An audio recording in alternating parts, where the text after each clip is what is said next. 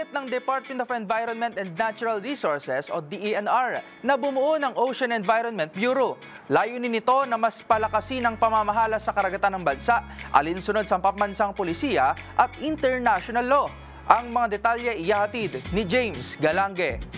Plano ng Department of Environment and Natural Resources o DENR ang bumuo ng Ocean Environment Task Force o OETF sa ikalawang kwarter ng taon.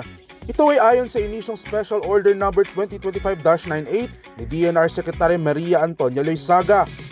Ayon kay DENR Undersecretary for Policy, Planning and International Affairs Jonas Leones, trabaho nitong mas mapagtibay ang mga polisiya at programa na naglalayong protektahan ang mga sakop na karagatan ng bansa.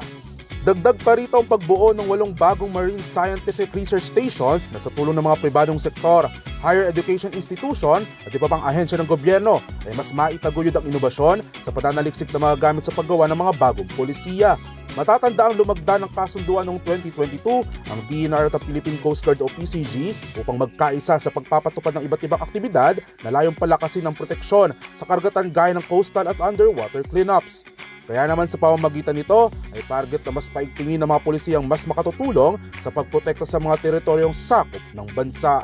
Para sa DZRH TV, ito si James Galange, una sa Pilipinas, una sa Pilipino.